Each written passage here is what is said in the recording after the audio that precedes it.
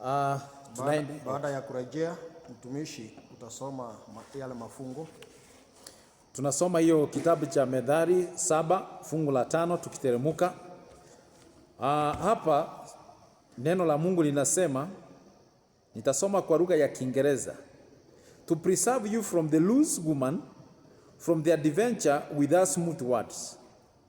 For at the window of my house I have looked out through my lattice, and I have seen among the simple, I have perceived among the youths, a young man without sense, passing along the street near her corner, taking the road to her house, and in the twilight, in the evening, at the time of the night and darkness. 10. And lo, a woman meets him, dressed like a harlot, will of her heart. Ni kijana ambaye pia Daudi anamzungumzia kuhusu kujihusisha na mambo ya umalaya. A strange woman, mwanamke malaya, ni mwanamke atakutoa katika uungu kisha atakupoteza. Unakumbuka mfano wa Samsoni alipoenda kwa mwanamke ambaye alikuwa anaitwa Delila.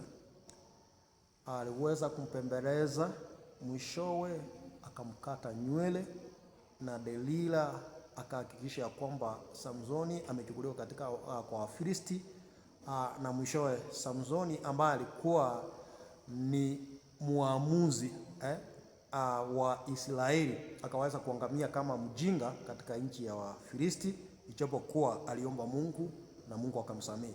Kwa hivyo ni maonyo tunaendelea kupata kutoka kitabu cha Methali. Ukiwa na hekima, huyu mwanamke malaya hawezi kukushinda. Biblia inaendelea kusema ya kwamba kutoka kwa dirisha ya mlango wake anaangalia kwenda wapi? Kwenda chini. Na anaomba, inasema 7, anasema he beheld among the simple ones. Simple, ukisikia simple kwa lugha ya Kisungu katika kitabu cha Methali, inamaanisha mpumbavu, asiye na akili, asiyemjua Mungu. Alafu akaona kijana mmoja ambaye ni mdogo, asiye na ufahamu. Biblia inasema ya kwamba asiye na ufahamu, asiye na maarifa. Kijana akiwa anapita katika mji, katika njia kuu ya mji, na katika mapito yake, yule mwanamke akatoka kutoka kwa nyumba yake, ikiwa ni usiku ambapo giza ilikuwa imeingia. Ndipo akakutana na huyu kijana ambaye tumeambiwa ni mpumbavu, asiye na akili, asiye na ufahamu, asiye na busara, asiye na hekima. Kisha akaanza kumpembeleza, na huyu mwanamke alikuwa amevaa mavazi ya kiumalaya. Kwa hivyo wacha tusome Biblia kidogo tusikie nasema nini kuhusu mambo ya usherati ama umalaya. Mtumishi, soma hicho kitabu cha Methali 6:32. Nasema nini? Methali 6:32. He who commits adultery has no sense, he who does it destroy himself. Anayefanya uasherati pamoja na mwanamke ana ufahamu, anaharibu maisha yake, anaharibu roho yake, anaharibu maisha yake. Kwa hivyo Biblia inatuambia katika jioni ya leo ya kwamba ukijihusisha na mwanamke malaya, unajua Biblia inasema pia, kumbuka ya kwamba ukiwa na malaya mtakuwa mwili mmoja, na amwezi enda na malaya kwa sababu anaharibu roho yako, anaharibu na moyo wako, na moyo wako ndio tumeambiwa ya kwamba ndio uwekwa sheria ya Mungu. Kwa hivyo kama utaharibu moyo wako, ina maana ya kwamba hata kutii sheria za Mungu uwezi. Na Biblia idanganyi, Biblia inasema ukweli, chenye imepeana kama maonyo, hilo neno ni kweli na ni kweli. Ayubu 24:15 inasema nini?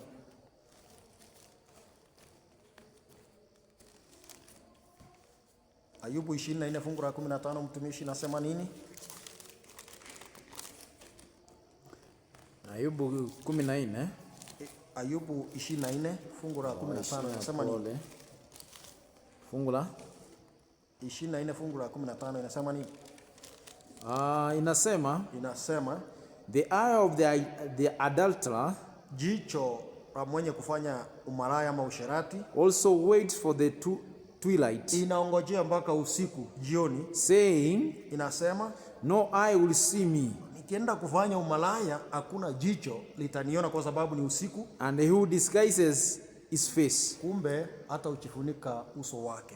Kwa hivyo tunapoambiwa ya kwamba katika hilo fungu la 9 la 10 inasema ya kwamba, and behold there met him a woman with the attire of an harlot. Kwa hivyo kumbe malaya anakuanga na nguo ambazo ufaa akienda kufanya hiyo kazi ya umalaya. Kwa hivyo anaenda kumuonya kijana ya kwamba katika kuona yale mavazi ya kiumalaya awe amemakinika, kwa sababu ya fahamu na hekima iliyoko ndani yake, asiende kwa malaya, kwa sababu tumeambiwa ya kwamba malaya anafanya nini? Anaharibu uzima, maisha ama roho, na roho ndipo sheria ya Mungu ukaa. Biblia inasema nini? Timotheo wa kwanza 2:9 inasema hivi, vivyo hivyo wanawake. Sasa wote, hiyo ni maonyo kwa wanawake, na wajipambe kwa mavazi ya kufanya nini? Ya kujisitiri, pamoja na adabu nzuri, na moyo wa kiasi, si kwa kusuka nywele, wala kwa dhahabu na lulu, sio kwa kushuka nywele, dhahabu ama nini, viburi, lulu. Wala nguo za dhamani. Wewe mwanamke ambaye umekubalika katika uso wa Mungu, Mungu amekupa maagizo jinsi ya kufaa, na kuna jinsi mwanamke malaya anavyofaa. Kwa hivyo ndio Daudi anaendelea kumuonya huyu mtoto, ndipo hekima ambayo inatoka katika mdomo wa Daudi inamuonya huyu kijana asije kaende kwa mwanamke malaya, kwa maana malaya kuna jinsi anavyofaa, na mwanamke ambaye amepata kibali uso wa Mungu ndivyo tumeambiwa anavyostahili kufaa, kutoka kitabu cha Timotheo. Kumalizia tumishi, soma tena hicho kitabu cha Timotheo, jinsi mwanamke ambaye amepata kibali machoni pa Bwana anastahili kufaa. Timotheo wa kwanza 2:9 inasema hivi,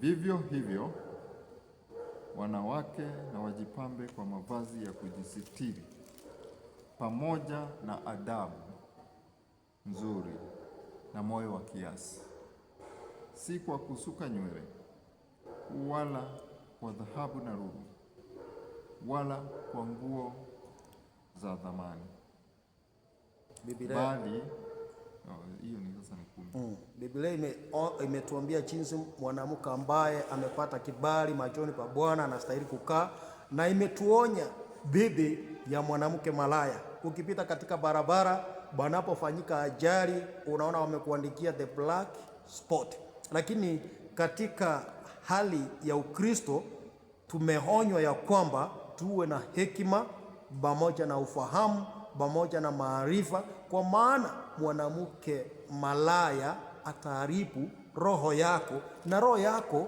ndipo tunapata amri, sheria zake Mwenyezi Mungu. Kwa hivyo katika jioni ya leo, popote unapotusikiliza, ni kwamba tumeonywa dhidi ya wanawake malaya, pia wanaofanya biashara yao wakati kama huu wa usiku tunapoongea na wewe. Kwa hivyo kijana, usije ukatoka kwenda barabarani ukakutana na mwanamke malaya kisha akaharibu maisha yako. Watumishi, asante sana mchungaji. Tukiteremka katika hiyo kitabu cha Methali, tumefundishwa kwamba ni honyo tunapewa sisi wanadamu, na hapo Sulemano anaonywa na babake ya kwamba kuna shida ambayo atakumbana nayo kama hatajiadhari na maisha ya ulimwengu. Ndiposa amemletea mfano wa yule mwanamke ambaye anayetembea katika usiku. Na hii biashara imeshazungumziwa kitambo na miaka mingi sana. Angalia Sulemano wakati alianza kuzungumzia. Ukiangalia katika fungu la 9, in the twilight in the evening at the time of the night and the darkness. Sasa hii biashara za uovu zinafanyika wakati wa usiku na giza. Ndiposa lakini wacha tujue sisi wanadamu ya kwamba kwa Mungu hakuna mchana wala usiku. Kwa hivyo chochote kinachofanyika kwa giza kitakuja kuletwa peupe. Lakini mwenye anauzika hapa, huyu kijana mmoja anayeonekana ya kwamba anatembea katika ile barabara mbovu na katika maisha ya mwanadamu, na sisi tunatembea hivyo hata siku hizi. Ndiposa Sulemana anatuonya ya kwamba tuangalie njia zetu, tuangalie mikataba yetu na ulimwengu. Hii mikataba tunayokuwa na ulimwengu ni miofu. Ndiposa ya kwamba sisi mwisho tutatumbukia. Ndiposa Biblia inatuonya ya kwamba sisi, hata kuna wanaume maraya, si wanawake peke yake. Kuna wanaume maraya nao wanapita usiku kutafuta wanawake. Kwa hivyo hata wanaume sisi tuombe ya kwamba Mungu atusaidie ili tupate kuwa na agano jema na sisi na Mungu. Ndiposa tujiepushe na maovu.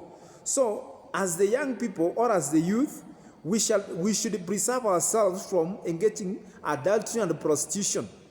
Because ukishafanya maneno ya maungano na maovu, ya kwamba Roho Mtakatifu wa Mungu atakutoka, hata agano lako na Mungu alitapatikana, kwa sababu roho yako ni tunasema ya kwamba Biblia inasema mili yetu ni hekalu takatifu la Mungu, mahali Roho Mtakatifu wa Mungu anaishi. Kwa hivyo unapofanya huo maneno ya umaraya au biashara ya ngono, Roho Mtakatifu wa Mungu anakuondoka na hakuna agano lolote mtakalofanya na Mungu.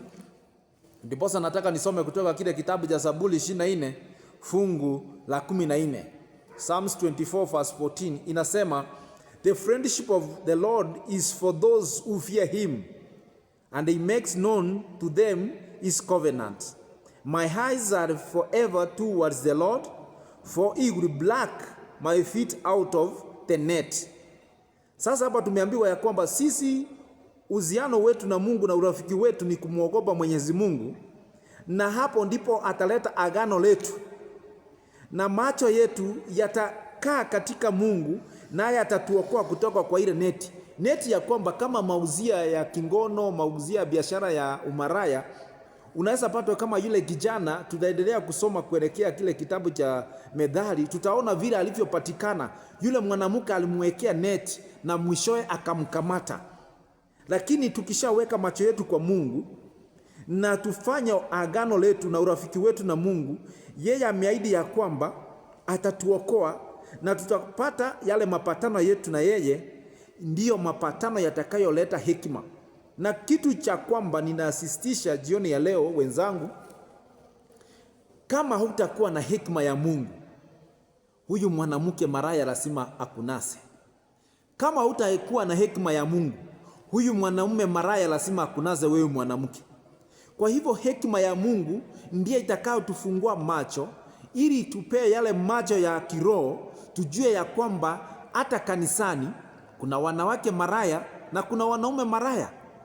Wengi wanakuja kanisani kuangalia huyu amevalia vipi, huyu akafahaje, huyu sura yake iko namna gani, ameshuka nywele namna gani. Lakini tumeshaonywa kwamba wanawake sio kushuka nywele, sio kuweka viburi, bali mkue na tabia ya kumtukuza Mungu. Hata wanaume pia, siku hizi wanaume wanashuka nywele na wanaingia kanisani wakiimba, na hiyo tabia ambayo imeshakanwa katika Biblia takatifu.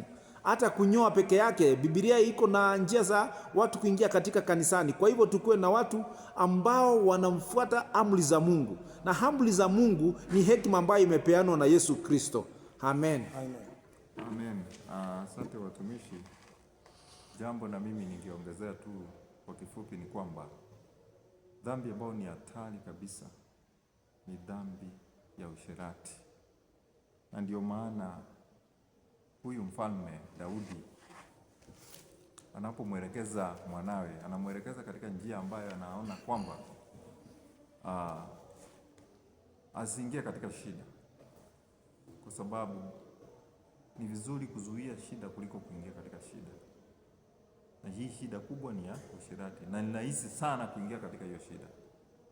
Sasa anapompa haya mawaidha ni ya kumwongoza ili kwamba asiingie katika usherati, kwa sababu usherati ni hatari, unaleta kifo, unaangamiza kabisa, na unaangamiza kizazi baada ya kizazi. Sasa hata sisi nasi pia tumeambiwa kwamba tuwe makini sana katika haya mambo ya usherati, kwa sababu utakapoingia tu maisha yako hayatakuwa sawa tena. Your life will never be the same again. Itaenda ikiharibika kabisa. Manake unaweza ingia katika magonjwa, utaingia katika shida, na shida hata ya kimawazo, na hutakuwa na amani. Sasa kwetu sisi nasi pia tumeambiwa vile ambao umesoma kwamba tujiepushe na watu maraya, ikiwemo ni wanawake ama wanaume ambao watakuingisha katika hizi shida. Hayo tu ndio ningeongezea katika usiku wa leo. Siku nyingine tutakuja kuzungumzia maraya wa kiroho. Kwa hivyo msikilizaji, popote ulipo na tutazama katika jioni ya leo, tutakoma hapa, lakini tunakukaribisha katika jioni nyingine ambapo tutaendelea na kitabu cha Methali kwenye tumepakisha.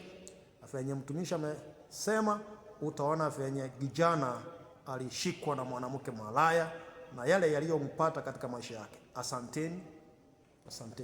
Amen. Karibu tena hapo kesho, tuko pamoja. Mungu awabariki, jioni njema.